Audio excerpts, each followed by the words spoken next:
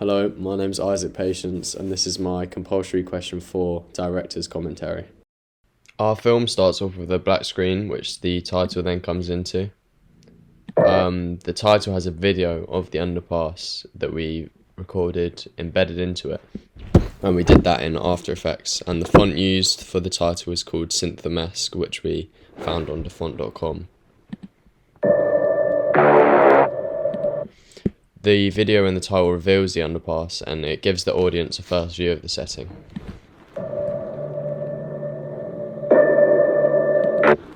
The intro music also begins to play when the title is revealed, and is music we found when searching for music that would be typical to the thriller genre. We found a suitable suspenseful music in Premiere Pro's Essential Sound section. The title then fades out to a black screen, which we did using a fade to black transition in Premiere Pro, and then we see B-roll of the underpass and the setting around the underpass begin, which gives the audience a view of the setting again and makes them feel a sense of familiarity when it is returned to later in the opening scene. The B-roll also showcases the underpass as a stereotypical London street, and the B-roll involves shots of the motorway, as we see here, above the underpass, which we increase the speed of to 150% at certain bits to make the cars look like they suddenly accelerate on the beats of the suspenseful music.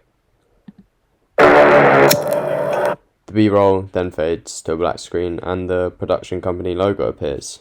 I created the production company logo in Photoshop, and I used the rectangle tool to create the rectangle around the text and the eye, and I found a stock image from the internet of a cartoon eye, and then I inverted it in Photoshop to make the black bits white and the white bits black, because I just thought, I don't know, it looks a bit nicer with the logo. And then the text we used here, well, the font for the text that we used here is called CQ4, which we found on defont.com as well. The production company logo also has a sound effect that is played with it, as I found that it is typical for some production companies to have a signature sound effect.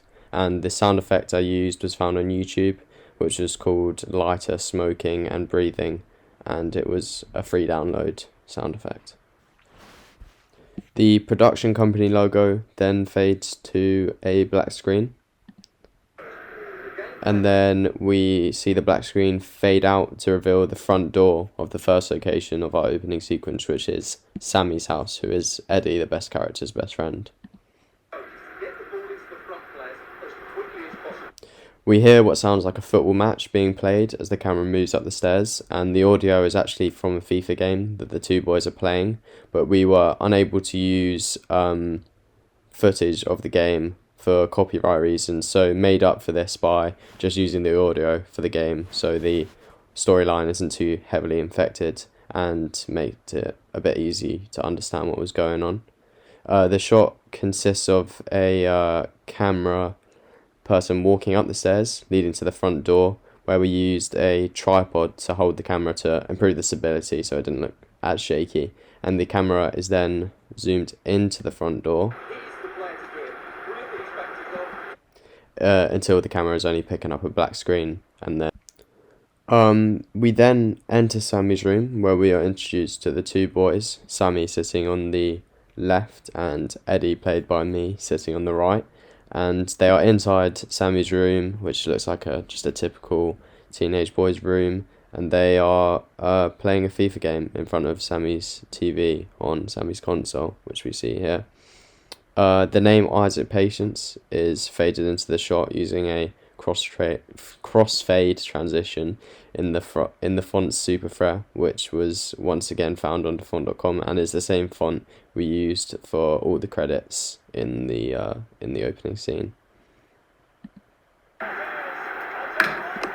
We've just seen what is a simple cut to the next shot, which shows Sammy reaching for his pocket, which you can't really see in this frame here, but he's reaching for his pocket and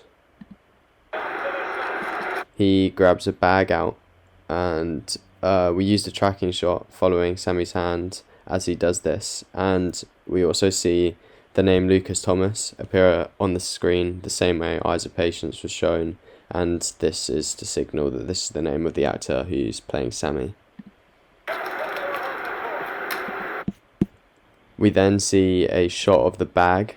Sammy just got out of his pocket and it's being thrown onto the table, and reveals that the bag contains multiple pills which are assumed to be drugs. At this time, the name Oscar Bennett also appears onto the screen, which might show if that moves out of the way. There we go. And we did this to create an enigma, as we don't see any other actors in this scene other than the ones previously mentioned. So this makes the audience question why that actor is linked to the drugs on the table. We then cut to a bird's eye view shot of the drugs on the table, which then suddenly cuts to a flash forward, and we see Eddie in the underpass with a mysterious figure standing behind him, and the flash forward glitches quickly, zooming in and out into the figure behind, which was done in After Effects. We added colouring to this shot to make it seem less realistic and more like a vision, and it differentiates it from the actual shot, which is used later on in the opening scene. We then are brought back to reality as we see a shot of Eddie from eye level, and we see him question what the drugs are. It's not that deep. Whatever an HP. We then used a shot from behind the monitor, displaying Sammy when he tells him it's nothing. How about whoever loses has to take one? How about no? Don't be boring. I'm not being boring. Then do it. Either that or you pay me. We then cut to a shot above the monitor facing both Eddie and Sammy, and it's from a high angle, and this shot is used for the longest piece of dialogue in the scene, and we use this shot because it captures both actors quite well. We put back. Fine. We then see Eddie from a left side angle, which only consists of him in a shot lifting and observing the pills. We then see a close-up at eye level of Eddie taking the pill with a glass of water.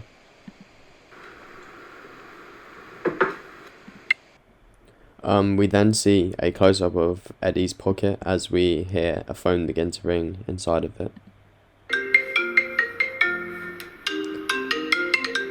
We see Eddie take out the phone and answers, but quickly hangs up as he knows, well, we used a bit of a closed narrative, but he knows that the phone call is from his mum and she's going to be asking him to come home.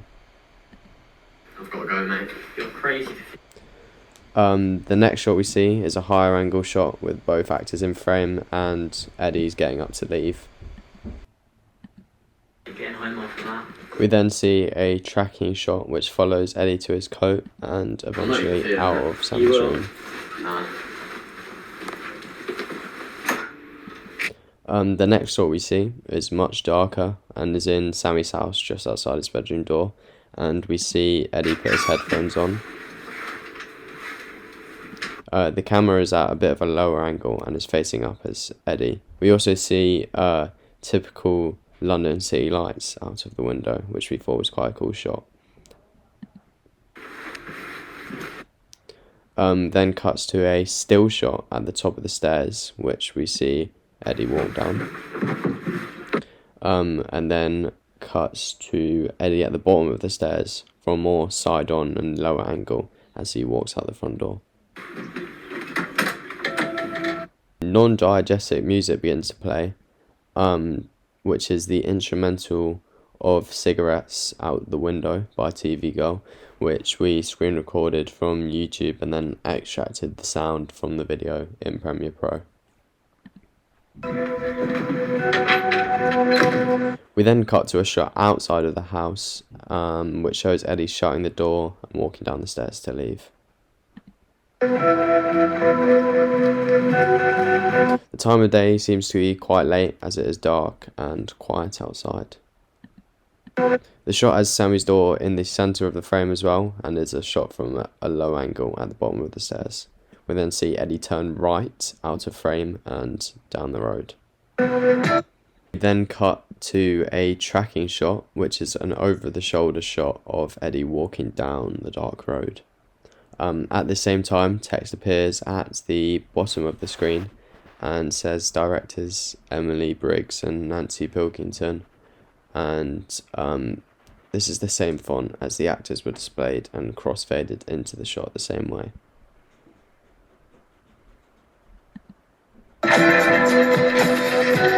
The shot then crossfades into a side-on shot of Eddie walking on the other side of the road to the camera, and has Eddie in the centre of the frame. And new text appears on the screen, which is crossfaded in at the same time as the shot change, which says editors Isaac Patience and Oscar Bennett. Then crossfading again into a head-on shot of Eddie walking towards the camera at a medium level angle. We then see more text appear, which is crossfaded in again, which says screenplay by Isaac Patience. Then crossfades again into a shot of Eddie turning a corner and walking towards the camera, and it's at the same sort of medium level shot. We did this shot changing on the beat with the song which we used, which was done on purpose in Premiere Pro, and I did this by using the audio and putting pins, which is a feature in Premiere Pro that you can do. You can put pins on the beats, which allows you to mark the moments in the audio where there is a beat, and makes it easy to cut shots at the same time as the beat. We see a normal cut to Eddie walking away from the camera and down towards the underpass. Then cuts again to a high angle shot facing down on Eddie walking into the underpass. And then we see a shot focusing on a round mirror with Eddie in frame. But then we see Eddie goes out of frame, but then back into frame on the mirror instead of in front of the camera as he turns into the underpass, which we thought was a really cool shot. We then crossfade into a low angle shot behind Eddie as he walks through the underpass, and we also hear the non-diegetic music slowly begin to fade out.